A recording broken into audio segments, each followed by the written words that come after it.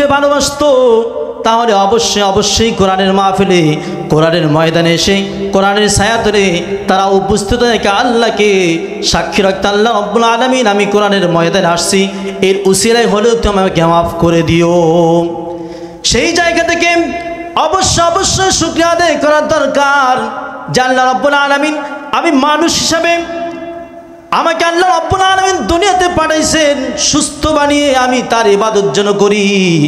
সেই ইবাদতটা হতে পারে কোরআন শোনার মাধ্যমে, কোরআন পড়ে, নামাজের মাধ্যমে বিভিন্নভাবে সেই ইবাদতটা হতে পারে। আল্লাহ রাব্বুল আলামিন আপনাকে আমাকে আজকে কোরআনের ছায়াতলে ইবাদত স্বরূপ হিসাবে উপস্থিত করেছেন। এই জন্য আল্লাহ রাব্বুল আলামিনের দরবারে আমরা শুকরিয়া আদায় করি, তাই না? আল্লাহ রাব্বুল আলামিন সেই কথাই কোরআনের মধ্যে বলতেছেন, ও আমার বান্দারা তোমরা শোনো।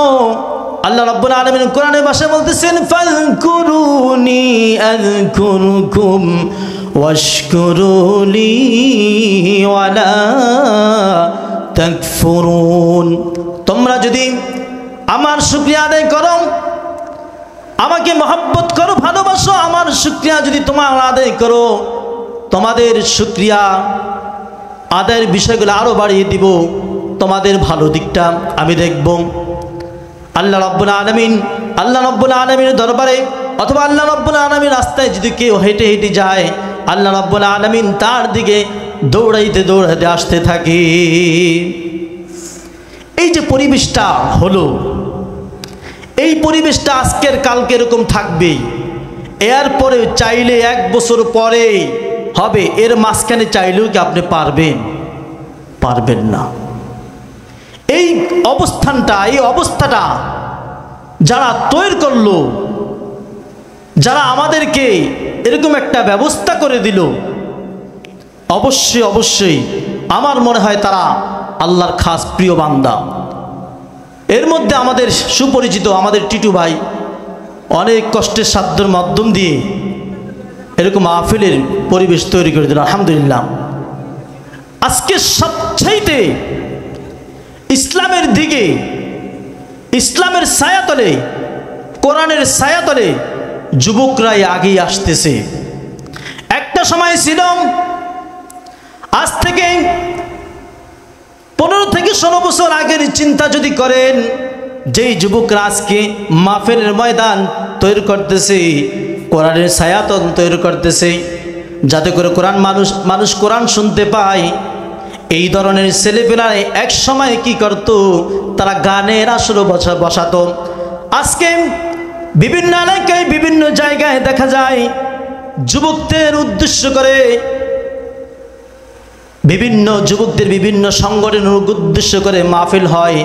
একটা সময় দেখা যেত, আজ থেকে 15-16 বছর আগে দেখা যেত এই যুবকরাই গানের আসর নিয়ে আসতো, মমতাজরে নিয়ে আসতো, অমুকরে তমকরে নিয়ে আসতো।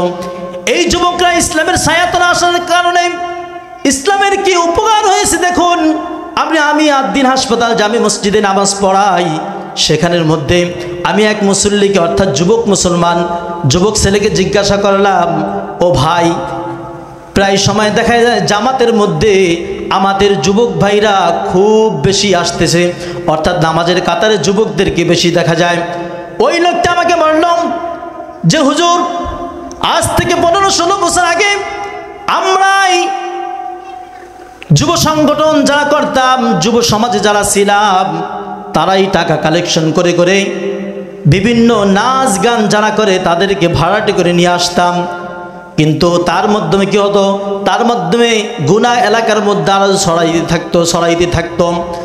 পর্যায়ক্রমে আস্তে আস্তে যখন ইউটিউব ফেসবুকের মধ্যে বিভিন্ন ওলামাদের ওয়াজ শোনা যেত, তার আস্তে আস্তে পরিবর্তন হতে লাগলো।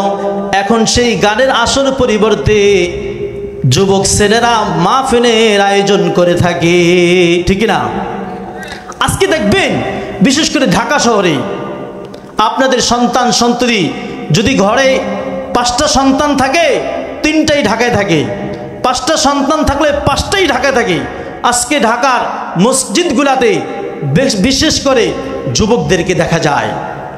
এই যে যুবকদেরকে যে দেখা যায়, এর পিছনে কাজ করছে কারা?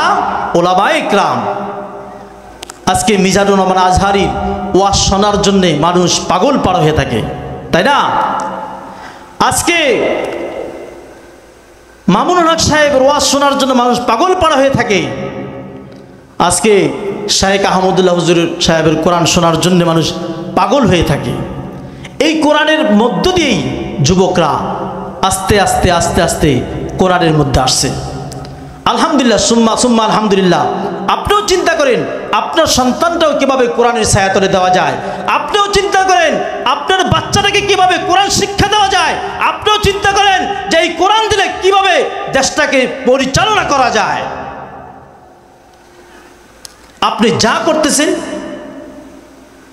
ছোট বড় বৃদ্ধ যা করতেছেন, আপনি আপনার সব কিছু হিসাব হবে। আল্লাহ রাব্বুল আলামিন পবিত্র কোরআনের মধ্যে বলতেছেন, ইকরা কিতাবাকা কাফা বিনাফসিকাল ইয়াওমা আলাইকা হাসিবা। আল্লাহ রাব্বুল আলামিন বলতেছেন, আমাদের প্রধান বক্তা চলে আসছে। না